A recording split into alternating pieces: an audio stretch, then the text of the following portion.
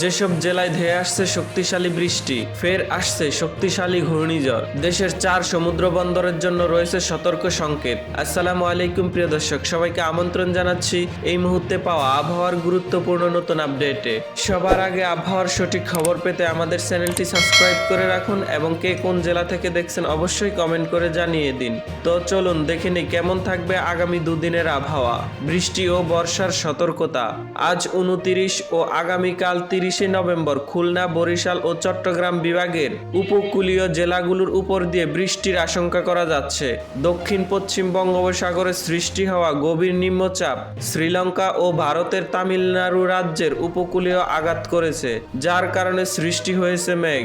আজ হতে 1 ডিসেম্বরের ভেতরে সাতক্ষীরা, খুলনা, বাগেরহাট, ফিরোজপুর, ঝালকাঠি, বরগুনা, পটুয়াখালী, ভোলা, নোয়াখালী, ফেনী, চট্টগ্রাম, কক্সবাজার, বান্দরবান, চাঁদপুর, লক্ষ্মীপুর, রাঙামাটি ও এর পার্শ্ববর্তী এলাকায় মাঝারি থেকে ভারী ধরনের বৃষ্টি হতে পারে। অপরদিকে একই সময়ে নড়াইল, যশোর, গোপালগঞ্জ, মাদারীপুর, বরিশাল, খাগড়াছড়ি, বিবাড়িয়া, নরসিংদী ও এর পার্শ্ববর্তী এলাকায় হালকা থেকে মাঝারি ধরনের বৃষ্টির সম্ভাবনা রয়েছে ও এই সকল জেলার কিছু কিছু স্থানে মাঝারি ধরনের ভারী বর্ষণ হতে পারে। এসব জেলাগুলো ব্যতীত আর কোনো জেলায় বৃষ্টি ও বর্ষার আশঙ্কা নেই। এছাড়াও ফরিদপুর, ঝিনাইদহ, মুন্সিগঞ্জ, শরীয়তপুর, ঢাকা জেলায় একদম সামান্য ছিটেফোঁটা বৃষ্টি হলেও হতে পারে। এছাড়াও দেশের অন্যত্র অস্থায়ীভাবে আংশিক মেঘলা আকাশ সহ সারা দেশের আবহাওয়া প্রধানত রোদ জলমলে থাকতে পারে। এছাড়াও গত 24 ঘন্টায় সর্বোচ্চ তাপমাত্রা ছিল কক্সবাজার 31.1 ডিগ্রি সেলসিয়াস এবং সর্বনিম্ন তাপমাত্রা ছিল তেঁতুলিয়ায় 12.2 ডিগ্রি সেলসিয়াস। সামুদ্রিক আবহাওয়া। দক্ষিণ পশ্চিম বঙ্গোপসাগরে সৃষ্টি হয়েছে গভীর নিম্নচাপ, যার কারণে সাগরের ওই স্থান খুব উত্তাল রয়েছে।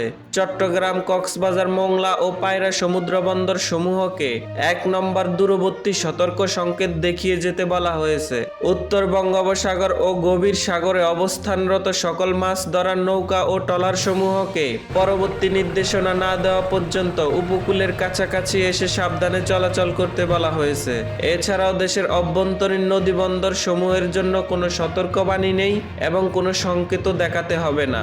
এছাড়াও আবহাওয়াবিদ মোহাম্মদ মনোয়ার হোসেন স্বাক্ষরিত 29 ও 30 নভেম্বর শুক্র ও শনিবার এই দুদিনের আবহাওয়ার পূর্বাভাসে বলা হয়েছে ঢাকা, খুলনা, বরিশাল ও চট্টগ্রাম বিভাগের 2-1 জায়গায় হালকা থেকে মাঝারি ধরনের বৃষ্টি, বজ্রসহ বৃষ্টি হতে পারে।